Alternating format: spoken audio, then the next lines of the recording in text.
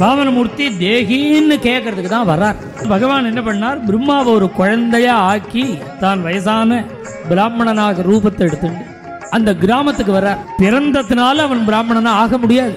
அவன் என்னைக்கு பிராமணனா ஆகிறான்னா, எப்ப காயத்ரி உபதேசம் ஆறதோ, எப்ப பிரம்மோபதேசம் ஆறதோ, உபநயனம் ஆறதோ, அப்பதான் பிராமணியம் சித்திக்கும். கணக்கு பார்க்காம செலவழிக்கக்கூடிய காலம் 3. அவருடைய சங்கல்பம் என்ன, பணம் சங்கல்பமே இல்லை. அவருடைய திருவுள்ளம் பணம் இல்லை.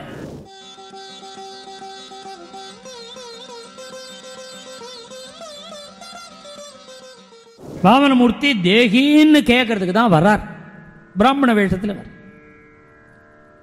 அதுபோல பகவான் என்ன பண்ணார், பிரம்மாவை ஒரு குழந்தையா ஆக்கி தான் வயசான பிராமணனாக ரூபத்தை எடுத்துட்டு அந்த கிராமத்துக்கு வர்றார். இன்னைக்கு தாசர்வாடி இருந்த பிரதேசம்ங்கிறது என்னன்னா, இன்னைக்கு கர்நாடகாவில் சித்ரதுர்கான்னு ஒரு பண்டரைபுரம் போகிற வழி இது. பெங்களூர், தும்கூர், சித்ரதுர்கா, ஹாஸ்பெட், அப்புறம் ஜலக்கின்னு ஒரு ஊர்.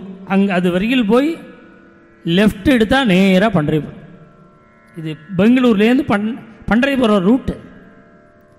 அதில் ஹம்பின்னு ஒரு ஊர், ஹாஸ்பெட் பக்கத்தில். அந்த ஊர் தான் புராண காலத்தில் கிஷ்கிந்தேன். அந்த பிரதேசத்தில் தான் புரந்தரதாசர் அவதாரம் பண்ணி. தாசர்வாடுடைய அவதார பூமி துங்கபத்ரா நதிக்கரை. அந்த கிராமத்துக்கு வந்தார். அந்த கிராமத்துக்கு வந்து விசாரிக்கிறார், என் பேரனுக்கு பூணல் போடணும், பல பேர்ட்ட நான் வசூல் பண்ணி தான் போடணும், இந்த ஊரில் தர்மம் என்றவா யாராவது இருக்காளான்னு விசாரிக்க. அந்த ஊரில் இருக்கிறவனுக்கெல்லாம் ரொம்ப நாளாக இவர்கிட்ட ஏதோ ஒரு மனஸ்தாபம். இவர் கடையை காமிச்சு கொடுக்கும். நேராக இவர் கடைக்கு வர்றார் பகவான். கடையில் உட்கார்ந்துருக்கார் புரந்தரதாசர். அவருக்கு இனிமே தான் புரந்தரதாசர்னு பேர் வரப்படுது. இப்போ ஸ்ரீனிவாசன் சீனப்ப நாயக்கர்னு பேர். இப்போ அவருக்கு சீனப்ப நாயக். கடையில் உட்கார்ந்துருந்தார். இந்த கிழவர் அந்த பேரனை காமிச்சு, என் பேரன் இவனுக்கு பூணல் போடும்.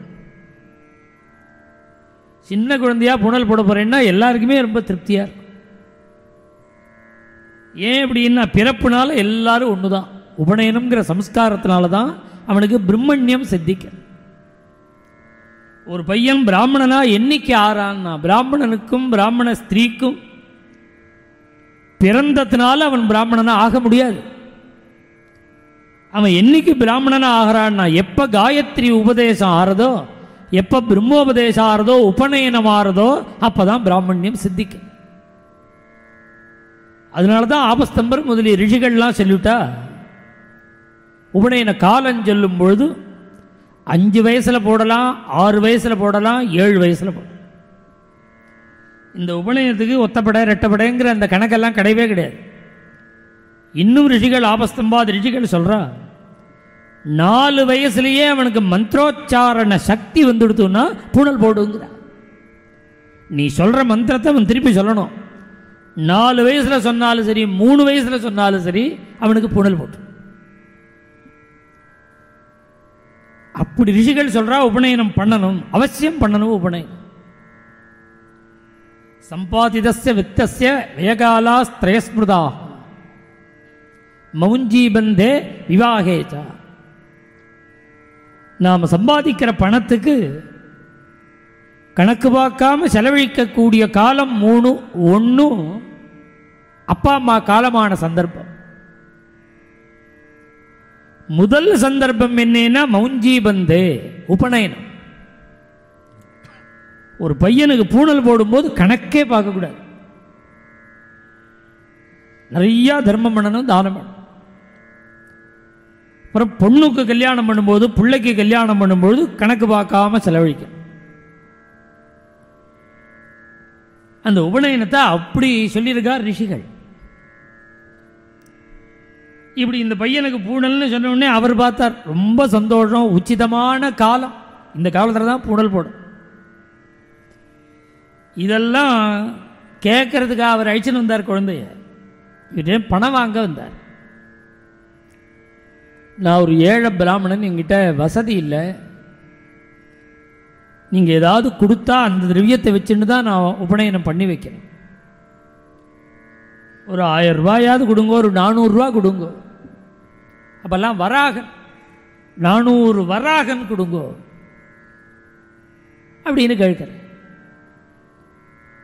அந்த கணக்கெல்லாம் சொன்னால் இப்போ புரியாதுங்கிறதுக்காக தான் ரூபா நோட்டாக சொல்லுறோம். 9 கோடிக்கு அதிபதினா அப்போ 9 கோடி ரூபாய் கிடையாது, 9 கோடி பொண்ணு தான்.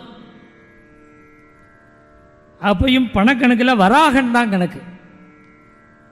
ஆசீர்வாதம் 10,000 கட்டி வராகன் அப்படிங்கிற பிறங்கோ கல்யாணம் உபநயனத்துலலாம் ஆசீர்வாதம் இப்போ நம்ம 10,000 கட்டி வராகன் அப்படிங்கிறாலும் இந்த வராகன்னா ஒரு கணக்கு. இது ஏதோ 7 ரூபாயோ ஏதோ ஒரு கணக்கு சொல்லுவாள்.